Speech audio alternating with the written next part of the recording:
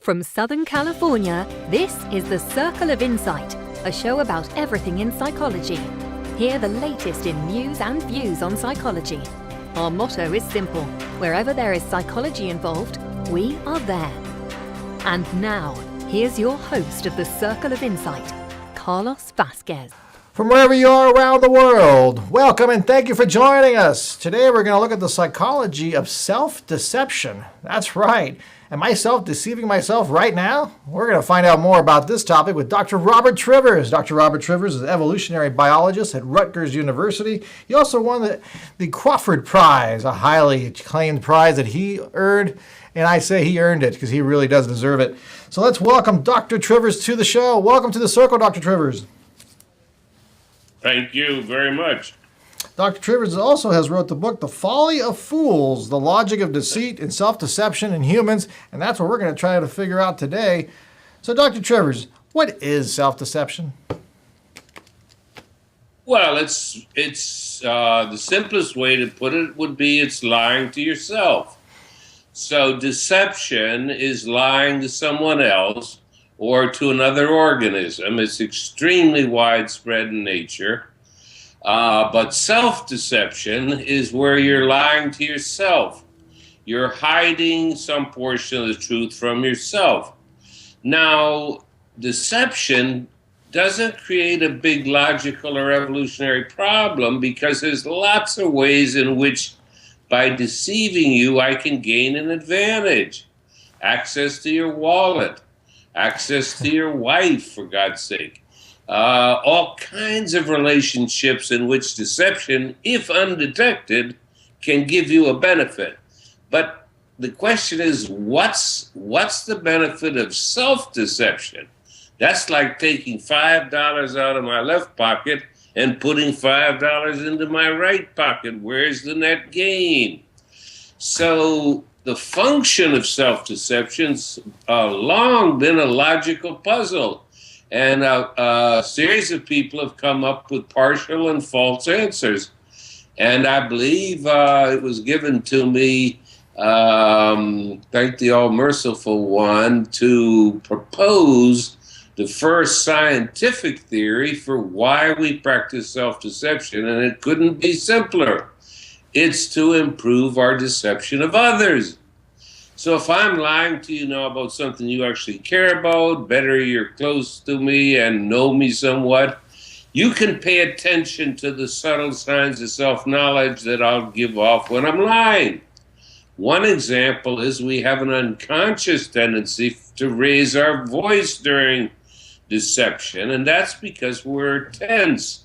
And that's because if we're caught, we'll suffer we may suffer an immediate reversal of fortune. You know, when your wife catches you in a lie, you may be in for some heavy shit. So you're under pressure when you're lying, and that causes you to hold in the diaphragm, which causes you automatically to have the voice rise. So self-deception, if I'm unconscious that I'm doing any of this, then those avenues of detection are unavailable to you. So that's a kind of first basic part of the analysis. Let me ask you this question, if I can. When your voice goes up when you're lying, is that an evolutionary adaptation for some reason there? I mean, are we trying to protect ourselves from getting in trouble? I would not say it was. I would say, in general, the less information you give away, the better for you. There's in context of being cryptic and camouflage and all that kind of stuff. So you don't want to make detection available to others. No, my interpretation would be that it's an inevitable consequence, so to speak, or near inevitable consequence of the way we're built, that naturally when we're tense up, it tenses up our whole diaphragm, which has the side effect, not selected for per se, just the side effect of having the voice go up. Then selection works on the people that are trying to detect deceivers, and they may notice that correlation. I mean, I'll give you an absurd example that happened to me about 5 or 8 years ago. A woman was denying to me something that in fact I was not accusing her of, which is having a lesbian relationship with this other woman. And so she says, "You think I'm there with Sherry?" And her voice shot up 2 octaves. If she had had her voice under control, it would have just gone up mildly at the key word. Because the key word in a lie, again, is when you're going to be most under stress. So if you listen to the voice even more subtly, you may be able to hear the key part of it. And the key part for her was a woman's name, only she lost it, and it shot up 2 octaves. Fascinating. Fascinating stuff. So I understand, I know from the book, which is a fabulous book, you talk about how it benefits us. And one of the reasons it really benefits more the recipient. Actually, that's reciprocal altruism. I'll have to get back to that. We'll get back to that topic a little bit later. So how does self-deception benefit us in evolutionary psychology idea? Well, that's an interesting question. And I'm glad you asked it. I mean, social psychologists have tended to give self-deception intrinsic mental benefits. This is kind of like I wouldn't get out of bed in the morning if I knew how bad things really were. So optimism gets us up and going. Then the more sophisticated extension is believing we can accomplish a task keeps us up later at night working on the task, and by God, we end up achieving the task, which we wouldn't if we hadn't falsely believed we could. But there's such a logical contradiction just embedded in that whole way of thinking. And you're saying to yourself, why the hell can't you design a brain that simply makes the appropriate adjustment? Here's how hard I'm going to try when I think I got a realistic chance. Here's how hard I'm going to try when it looks hopeless. And make that the basis. Why use self-deception, for God's sake, to hype the system? So I think those people actually usually have it backwards. And I could give you an example, but I'm hesitant to bore you way beyond tears on this. But I would just say the social psychologists rationalize self-deception as being good for us intrinsically. I'm saying no, it's not. You're more ignorant.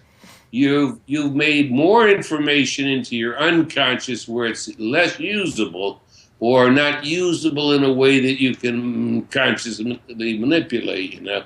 That's the whole complicated problem you mentioned. We might get to consciousness and unconsciousness, but in any case, in principle, self-deception ain't good for you, except insofar as it fools you.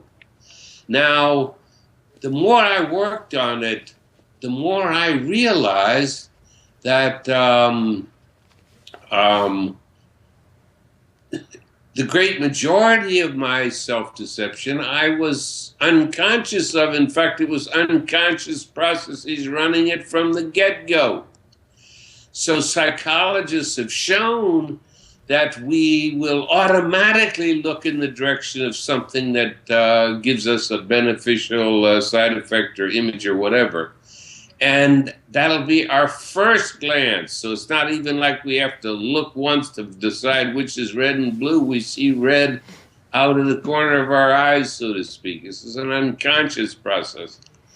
So, when you're watching, let's say you're watching a whole series of Republicans coming out of their committee rooms and climate denial.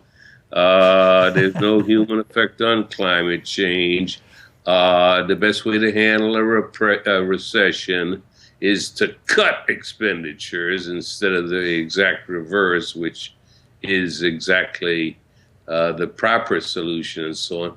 So when I watch these organisms marching out together and then preaching to me and the rest of us, I honestly sit there and I say, how effing self-deceived are you? How much is this BS something that you're saying? all right, it's holy CRAP, but it's going to sound good, so let's say it. Most of them, I think, are pretty well self-deceived. Do you know what I mean? Yeah. I think a lot of the organism is on board. I don't know. I don't know completely agree with you. What's that? I completely agree. And actually, now as we're talking about this, some things popped up in my head. So now Dr. Trivers is what I call in the danger zone. These are the impromptu questions that come through in the interview. But Yes. overconfidence, is that something that's good or bad? Because we're kind of self-deceiving ourselves on that one. If you're a sport athlete and you're saying you're better than you are so you can try to perform better, how does that fit into this paradigm? That's a very good question. And I even like your sub-question.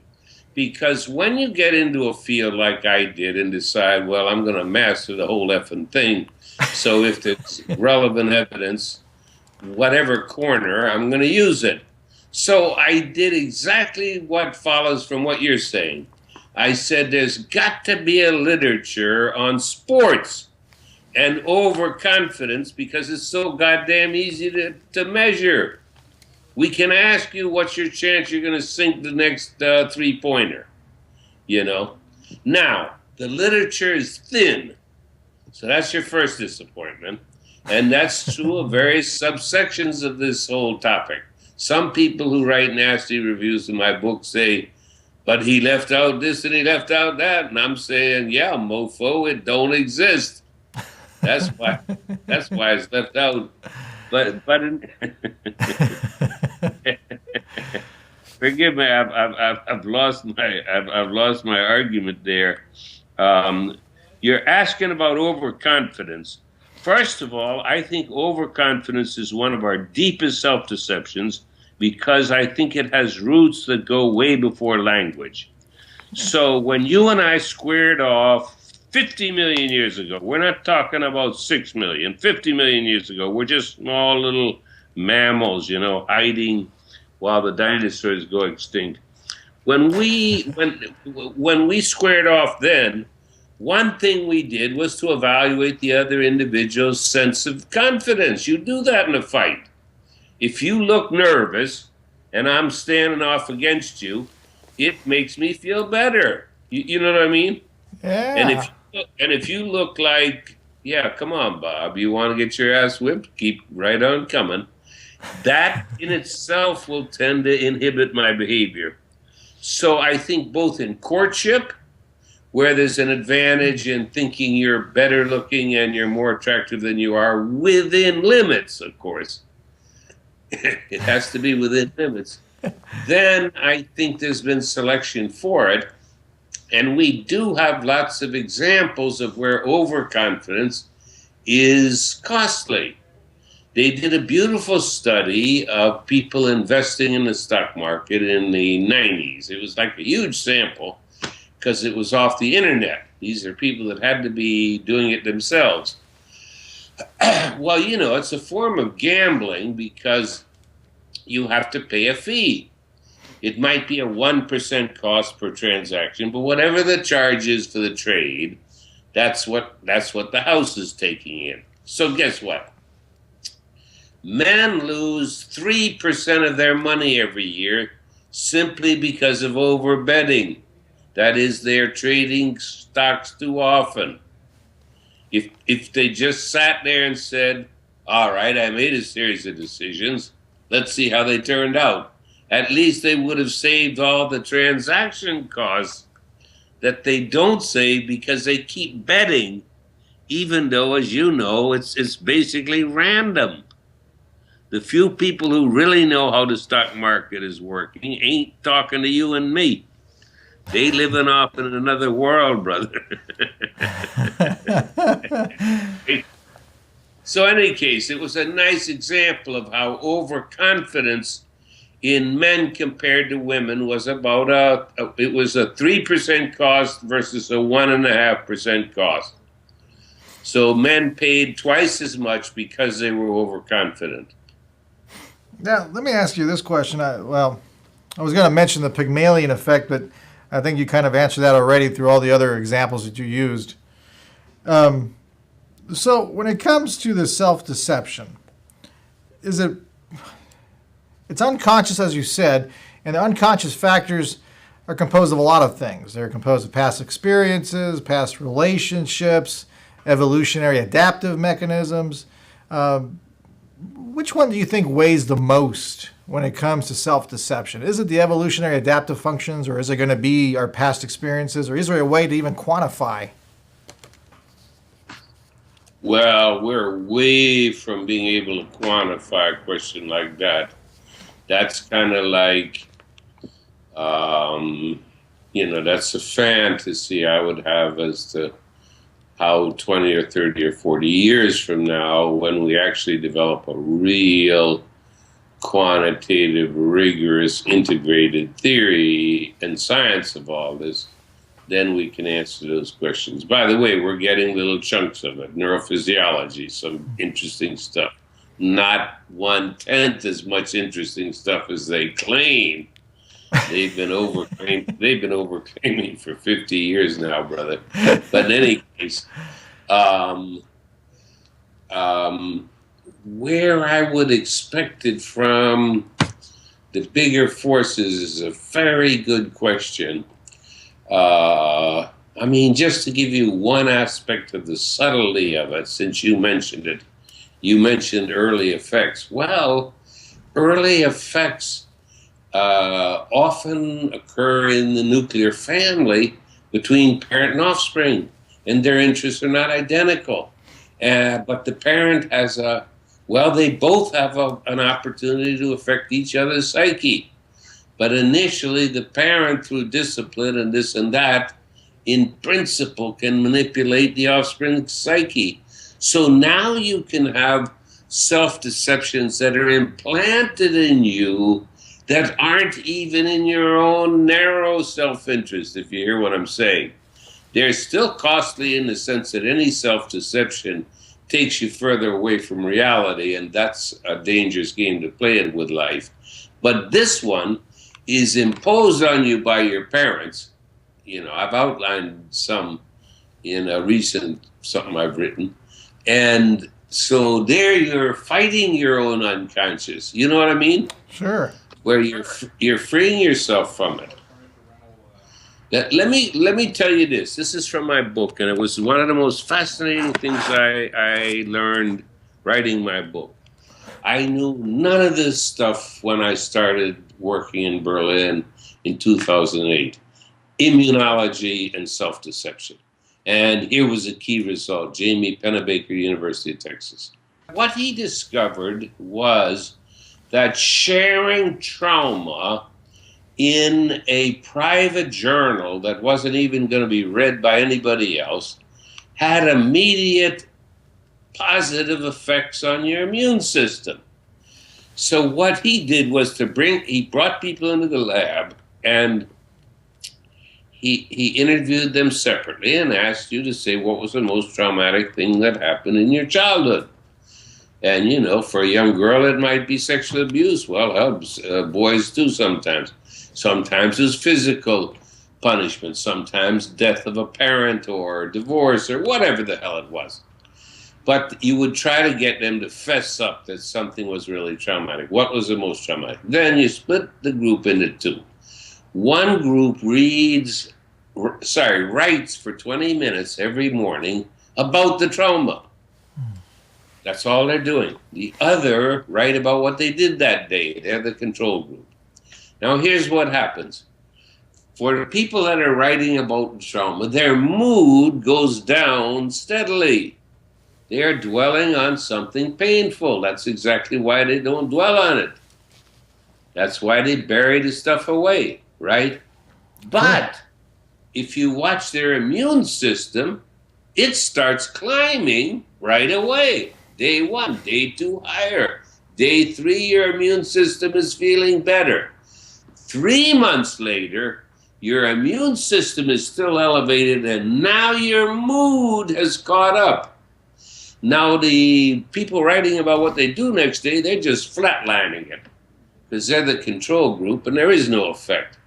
So that's a fascinating finding. First of all, that sharing trauma is good for your health. More than half of all women who have suffered intimate, inappropriate sexual abuse when they're young have not told a single person, including their own mother.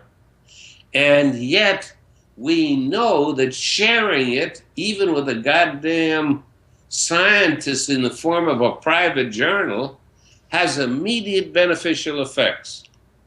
And I've seen it, I believe, my good friend, personally. I've seen women that I know that always have colds and always have this and always catch the flu, and were very, very late to ever let on to me, who was the first person they let on to, what had actually happened to them, you know.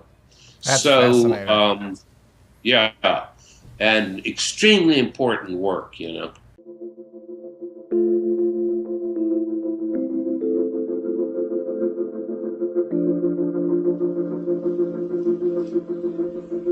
Hi, welcome to Adelante. This is Adelante Recovery, and my name is Yvette Kuglin, and I'm part of the staff. Adelante Recovery Center has helped people in dual diagnosis for 5 years. We accept most PPO insurances and provide luxury accommodations and 24-hour support. To speak with an admissions counselor, call 1-888-242-4450. A lot of time we don't even know what's wrong with us, and sometimes we need to get away to figure that out. So if you want to go for a little retreat out in Corona del Mar, which is a confidential location, we're here to help. So we're only a phone call away. Thank you. Here's the last question I wanted to tackle from the first book, The Folly of Fools, and then we're going to talk a little bit about, in the second part of the show, Reciprocal Altruism, which I know you're famous for.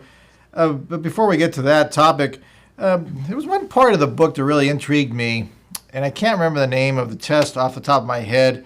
I think it was the Implicit Association test, the IAT. And that was a really interesting finding, especially during these days right now where racism comes up a lot. But the interesting component was when they asked people how they viewed themselves, and the African Americans seem subconsciously to still view whites as better in a sense, or more, or good, or better than themselves. That was kind of a weird discovery for me. Why do you think that is? Well, you are, I'm not blowing smoke up no part of your anatomy. You are extremely well informed. That is a very striking finding. And I, who teach a course on deceit and self-deception, was just drawing attention to it with the same IAT data there that you're talking about. Because we expect an organism to be biased toward itself. Yeah. That should be your first stance in life. You know, and we don't mean biased in any kind of pejorative way to other people. You should care for, you know, your responsibility is yourself, for Christ's sake, and you should take that on first. So, if you check out black people and white people on this IAT, this racial IAT, where you check how much the word good or the word bad is associated with black or white. Now, what's interesting is that for the explicit association, that's just where you're asking the person, how much do you like black? How much do you like white? Black people show a greater self-love than white people do. White people say, I like white, God damn it. Black people say, I love black. Okay? So now juxtapose that with what you were just saying, which is on the implicit association test, which is unconscious and measures reaction time to these words paired with these other words. You see, again, whites have an upward bias. Implicitly, they think they're more good and blacks are more bad. But on a number of these studies, blacks have a slight upward bias in the white direction. So what the hell's going on here? What I say is going on here is just what we were referring to earlier, only in the parent-offspring conflict context.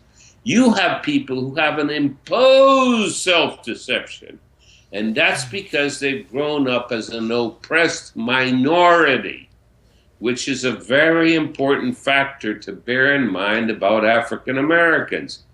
If you go to Jamaica, the black people, the darker people, will on average be poorer, and they may have been mistreated to some degree, but they are the overwhelming majority of the entire country. 85% call themselves dark, 13 call themselves brown, and we're down to white and Chinese at 1 each.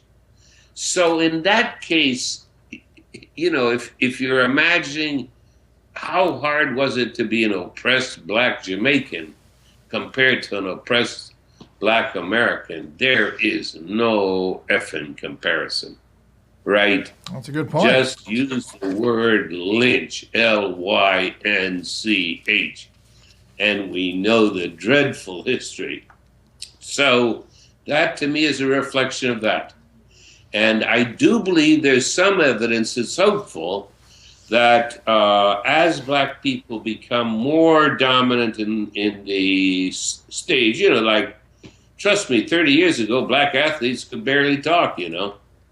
You know, how'd you score that? Red fast. You know, now black people are some of the most articulate, black athletes are some of the most articulate commentators on what's going on. So they are coming out from underneath this, to me, cultural oppression.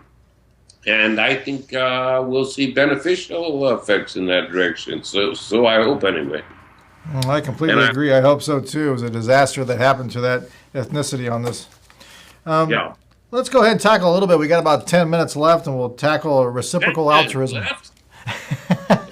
Jesus Christ, I thought by now you were going to send me a raisin candy or something. Okay. Can I have a sip of beer while I'm talking to you, or is that out of the question? No, you can if you like. Go ahead, keep talking. Reciprocal altruism. What is reciprocal altruism, and how does it help us from an evolutionary perspective? Well, it came to me in the context of kinship theory because Darwin was simple-minded but very general. It applied to most creatures and situations. It was simply surviving offspring. If you produce more surviving offspring than me, then your genes are becoming more numerous. End of the subject, okay?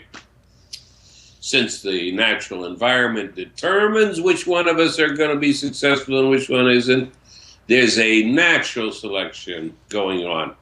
Then Hamilton saw, wait a second, relatives are just as important, collateral relatives are just as important in principle as lineal descendants.